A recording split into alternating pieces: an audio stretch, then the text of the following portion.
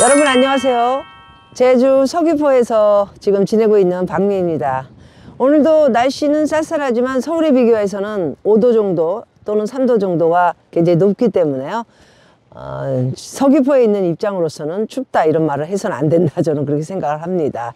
보시는 것과 같이 오늘도 쌀쌀하지만 뒤에 바다와 그리고 하늘 모습입니다. 정말 아름답죠? 예. 자, 오늘 또 바다와 함께 하늘 멋진 모습과 함께 어떤 기사 내용이 올라와 있는지 보도록 하겠습니다. 박미TV의 박미입니다. 자, 이제 은행이 조금 잠잠해지면서 이날을 하기는 어렵다. 예상은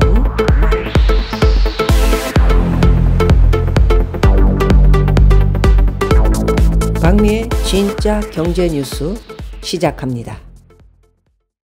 오늘은 50대 은퇴 가구들의 고민거리와 이야기를 해보도록 하겠습니다. 우리나라 50대 은퇴 가구의 월 평균 소득이 258만 원에 불과한 것으로 나타났다고 합니다. 이는 은퇴를 하지 않은 가구 소득의 절반 수준으로 향후 자녀 교육과 결혼비를 감당하기에 턱없이 모자라다고 하네요.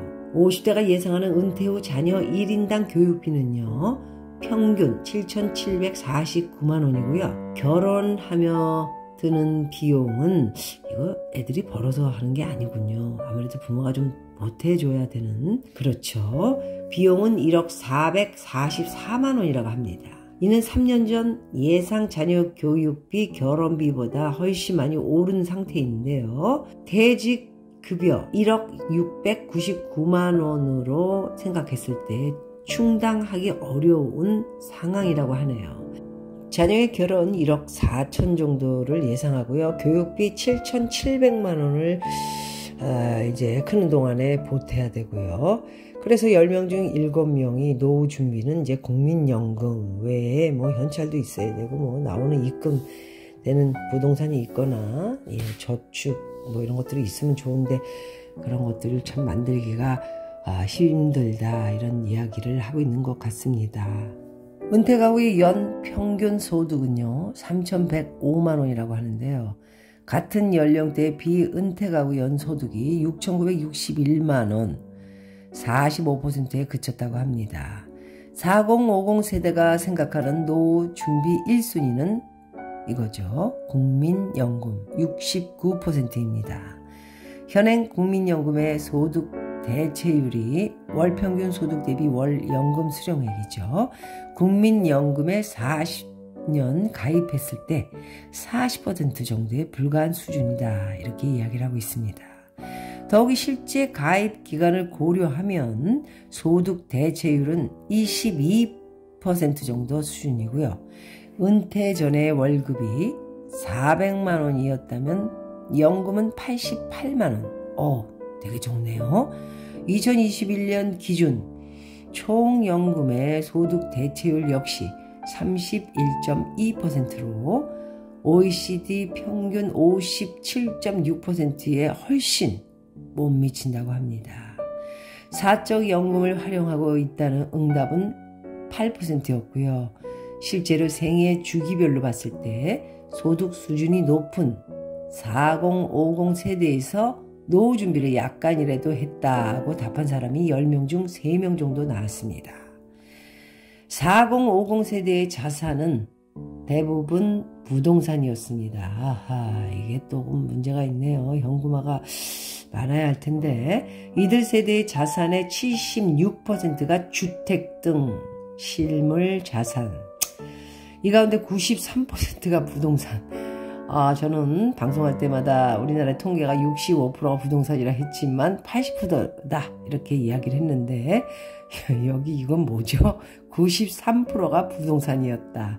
금융자산은 불과 23% 수준이었고요. 60세 이상 고령자 대부분이 향후 자녀와 따로 살기를 희망했고요.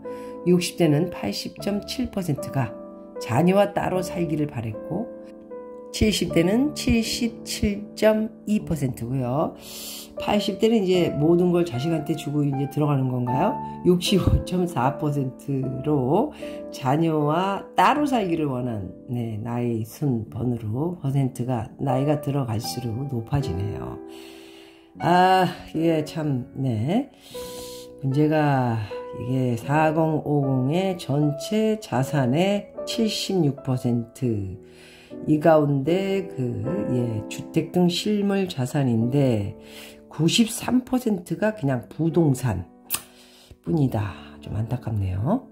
공적 연금만으로는 노후 준비가 충분하지 못한 만큼요, 우리가 개인연금 등 다양한 노후 소득 원천을 확보할 필요가 있습니다.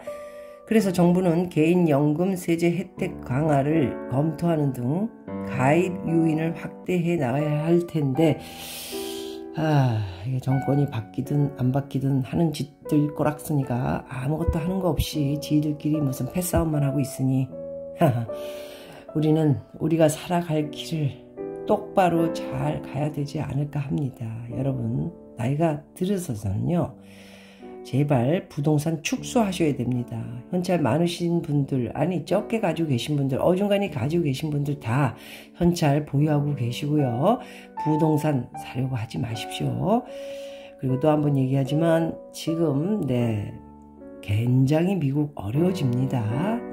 저는 똑같은 이야기를 반복해서 드리고 있고요. 그렇기 때문에 정치 쪽에서나 뭐 연준에서 얘기하는 거 이런 거 듣지 마시고요. 연준도 이제 지금 선거가 얼마 안 남아서 이제 대선 팔 높이 펼치고 다니면서 마이크 잡고 그래야 할 시간이 다가왔기 때문에 아무래도 제가 볼 적에는 이제 바이든 쪽에 연준의 제롬 파월이 줄을 쓴 것 같습니다. 그래서 저렇게 지금 미국이 어찌 될지 모르는 상황을 알면서도 이상한 얘기를 하고 있는 제롬 파월에 대해서 안타깝기 짝이 없고요. 미국의 역사에 어떤 작자로 남으려고 하는지 그것이 알고 싶다라는 이야기를 드리면서 한국의 노후를 준비하시는 4050 그리고 5060, 6070 모두 조금 현찰, 금융자산 비중을 많이 높으셔야 한다는 말 드리고요. 부동산 사려고 하시는 것보다는 축소하셔야 된다는 말 마지막으로 드리겠습니다. 여러분, 오늘은 여기까지 하도록 하겠습니다. 고맙습니다. 자, 바람이 되게 차고요. 서울도 역시 마찬가지겠죠. 많이 추운 것 같습니다. 한국의 겨울 매섭기도 한데 제가 와서는 굉장히 많이 따뜻했던 것 같습니다. 드디어 이제 본격적인 추위가 오는 것 같습니다. 여러분, 감기 조심하시고요.